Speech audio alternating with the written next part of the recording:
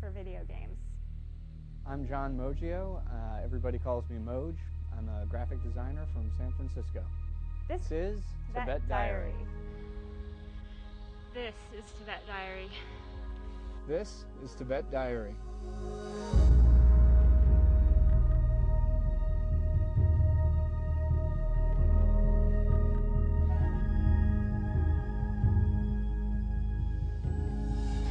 I've never been to Tibet, and the reason I want to go is in part just because I've been working in America from 9 to 6 on weekdays for the last 6 years, and I've just felt a little bit claustrophobic. I just got my first mortgage, and it was the most overwhelming sort of claustrophobic feeling I had ever had. So there's a little bit of just natural wanderlust, and then Tibet seemed like about as far as I could possibly go. I've never been to Tibet. I've seen a handful of pictures, and I've heard tale of it. It's got sort of a mystique, I guess, that's very attractive. I'm going to try and get all this into this. It's so not going to happen. I have a lot of trouble envisioning what the trip is going to be. I don't really know enough about where I'm going and what I'm going to see to really get an idea. I can't picture it in my head. I can't imagine it. I've seen a handful of photos, and I've heard tales. I've got a friend who's been to Tibet a couple of times, and whenever he talks about it, he gets this just sort of dreamy, faraway, happy look in his face. So just based on that, I'm pretty sure I'm in for a really special experience. Take 1 tablet by mouth twice daily. Begin 24 hours before high altitude travel. Continue until 24 hours after max altitude reached. I haven't had a lot of special advice about going over there because not a lot of people have been. And one of the telling things is where I work, I can reach 2,000 people with an email, and I sent an email out asking for advice about what to pack or what to see and do, and I didn't get a single response about someone that had been to Tibet.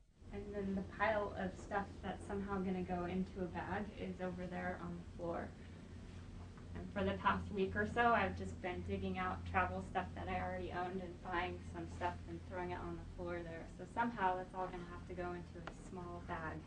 A lot of what I know about Tibet is based on the sort of Free Tibet campaign and then movies. And I don't know how realistic those are in portraying the day-to-day life of Tibetans. This is a sleep sack, and it's a lightweight sleep thing to help keep like bed bugs and lice at bay, even though it doesn't really work. I just like it because it's comfortable, and I'm going to bring it, but I don't know if I actually use it. What little I know about the Tibetan political situation is that it's a mess. I know they're claimed by China, and the claim on China is sort of based on ancient history, and it's kind of a tenuous claim, although it's, they went in there, they took it. A book on Tibet to read for fun. Bungee cords, because you never know. China's official position is to protect the Tibetan culture, but the sort of unofficial position seems to be to assimilate the culture and kind of meld it into the Chinese culture and water it down, if not make it completely disappear. So I'm very curious, I guess worried really, about what's going to happen in the long run. Is Tibet really going to continue to exist, or is it just going to become an artifact? I don't need any of that. I can't wait to go. I want to go now.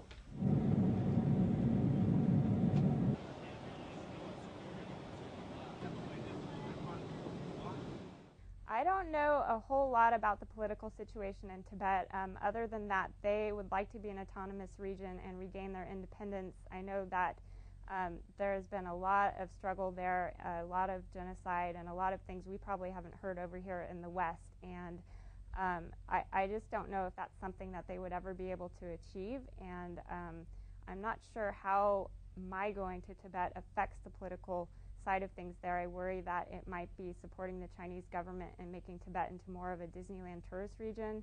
I have concerns about going, but I also have heard that it's good to go and see the Tibetan culture as it exists today and learn about it and bring it back home with you.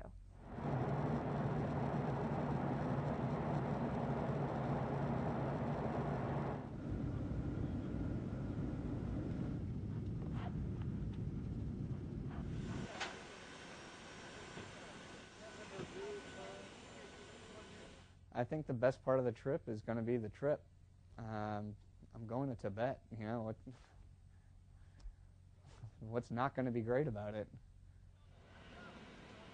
We're in Tibet. This is, I think, one of the most spectacular airports I've ever seen. Just nestled right in the middle of these, just tucked into these hills. And I can already tell I'm going to have trouble breathing. I'm getting out of breath just saying this. Maybe it's just the excitement, I don't know. I'm pretty sure it's the 12,000 feet. I can't tell if I'm dizzy with excitement or lack of oxygen, but this is the most astounding scenery I've ever seen at an airport, and it is by far exceeding my expectations. So I'm glad we're in Tibet finally, and I can't wait to get acclimated and start hiking around and seeing more of it. Thank you very much.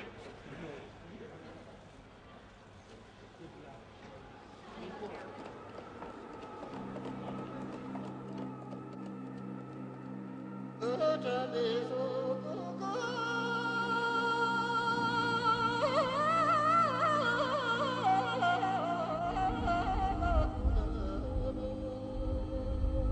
are here in Shigatse, which is the second largest town in Tibet. Behind me is the Tashalhumpo Monastery. I believe this was founded in 1447. It's the seat, the traditional seat of the Panchen Lama.